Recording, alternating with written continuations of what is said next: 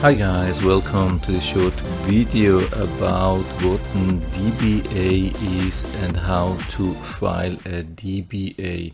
So there is a lot about this in the internet. Sometimes companies or websites require you to either register as a company like LLC or something, or at least as a DBA. Let's say you open a small online business and you open a new PayPal account and you give it the name like from something. If you are selling t-shirts and you call it Super T-shirt sales site, like you give this name to the PayPal account, and then PayPal will ask you to file documents with this name, like legal documents with this name, after some time. I don't know if it's just after some time or getting some money, but at the end a lot of companies will require that, maybe also bank, if you want to open an account. So what can you do that? So usually they call it DBA, means doing business as. So this is not professional, like financial or whatever advice. I'm just talking about my experience. Maybe I'm a little bit off and it maybe doesn't fit for whole US. So this is just what I have found regarding Florida in USA. So when you go on the internet and you are looking for, let's say you search for file cheap DBA in Florida, you find a lot of websites saying, okay, yeah, starts at maybe $50, $75, $99 and so on. Some then say plus state fee. So where do we end at? And I mean, I click on this site here. Here at the moment we don't see anything more about that, but we can go further as that. So we click on get started and we can click then on the map, and you will find out how much it could be in your state. Let's go to Texas and it will say you premium DBA package 99, and Texas state filing fee is $45. Here let's go back to the Florida sample and it will say $99 will be the Swift filing fee. I mean, that's the private company, and then the Florida state filing fee is $50. So you can even click on the question mark and it will say the fee goes directly to the state of Florida. This fee is what the state charges to form a new DBA. So I was wondering, okay, so this should be possible to look up on the government site. So I went on this site that's here in Florida, that's dosmyflorida.com, Sunbiz, everybody knows it here in Florida, and here we have the fees to open a new business. And so here we have, let's say if you want to build an LLC, that's $100 plus the registered agent fee, and then we have general partnership fee, limited partnership, we have fictitious name, judgment lines, and so on and so on.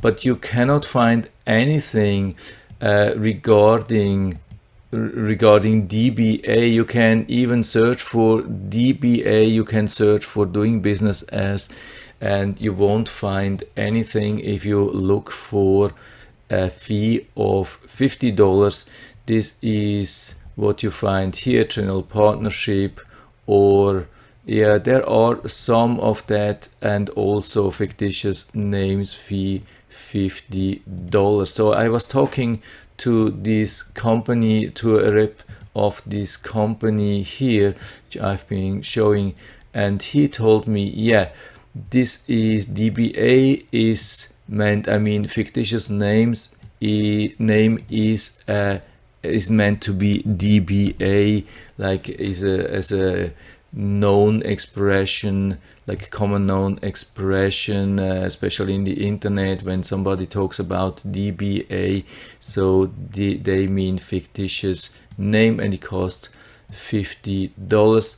And the question is then, I mean, here's some more explanation about that. And yeah, he mentioned DBA, doing business as, commonly referred as DBA, assumed name, fictitious business name or trade name, provides businesses a legal recognized way to conduct themselves under a name other than the incorporate name. That's exactly what we need as a DBA. He also mentioned during the online application for the DBA, it will request owner information.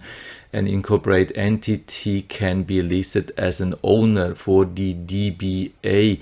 And he also sent me a screenshot, and that means that if you have already an LLC, you don't have to make a new LLC with a new name. You can just enter your LLC name as the owner of the fictitious name thing, brand or whatsoever, however we call that. So this is the screenshot he sent me. Hope you can see that. Yeah, this is the application, so you can file it. Who are the owners of the business ownership? If you are a sole proprietor, please enter the full name.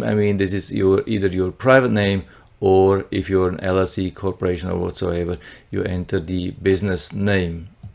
And the question is then, of course, also, is it worth to use one of these companies which you find on the internet and pay $99 or so to help you with the application, which is actually only $50 or so from the state? So they charge double the price of what the state actually will charge you.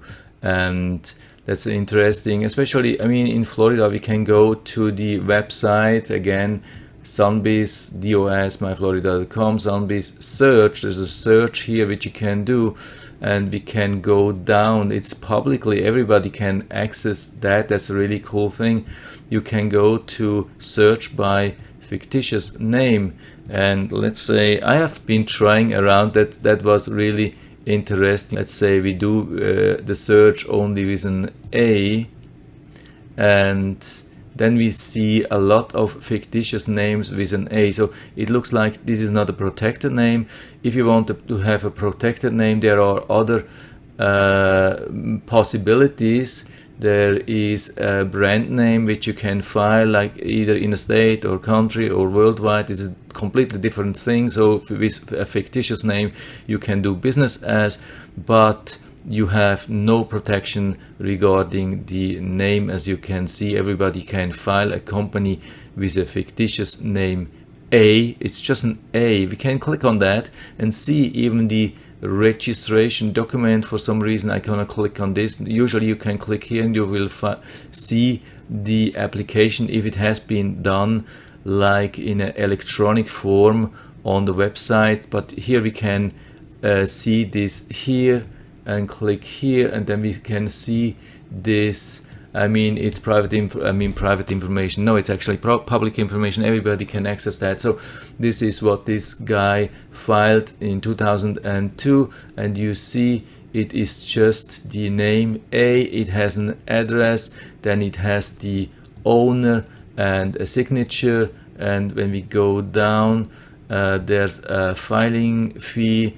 Here he has a certified copy of $30. Don't know what that means. Maybe he got then a copy of that. But anyway, usually I think you can print this out and sign it by hand and send it to them and attach a check, and it's done. But I think you can also file it in a couple of states online. I haven't found the link, but I think it should be possible easily. So as you can see, there's not much, and it looks like it was really granted. It was not rejected or something like that. And you can see there are many companies with just the name A here, with an address and the owner name and signature, and you pay $50 and that's it. And as far as I can see now, it is definitely not worth to pay an additional $99 to a third-party company to just help you with that. Everybody can do that. You have to just find the form to print out and send it or make the online application. So for Florida, I've even found that, so you can on this website here go to start a business and then click on fictitious name registration, and you go down. There's good information about what you have to do. Looks like it is a little bit more complicated. Name has to be advertised at least once in a newspaper, blah blah blah. That's really strange, but I mean it shouldn't be undoable. And the question is, if this company, if you hire, like pay $99 for a company, they wouldn't do that, and they also wouldn't pay that. So this is additional cost which you have to face anyway. So I mean it's not really worth to do that with an internet company. And yeah, you have to, here's some instructions, and you have to have a valid form of payment. You can click on that. There's additional information, and then you can confirm that you have read the conditions and begin the filing. And here you can see that. And yeah, here's the information. I mean, you have to put the name here payment, and here who's the owner of the business, owner number 1, owner 2, owner 3, owner 4, owner 5. I don't know what happens if you have 6 owners, but there's actually not more. That's it. I mean, if you have just 1 owner, I guess, so it's just the information here and the fictitious name on top. So that's really not much, and it looks like definitely doable for me.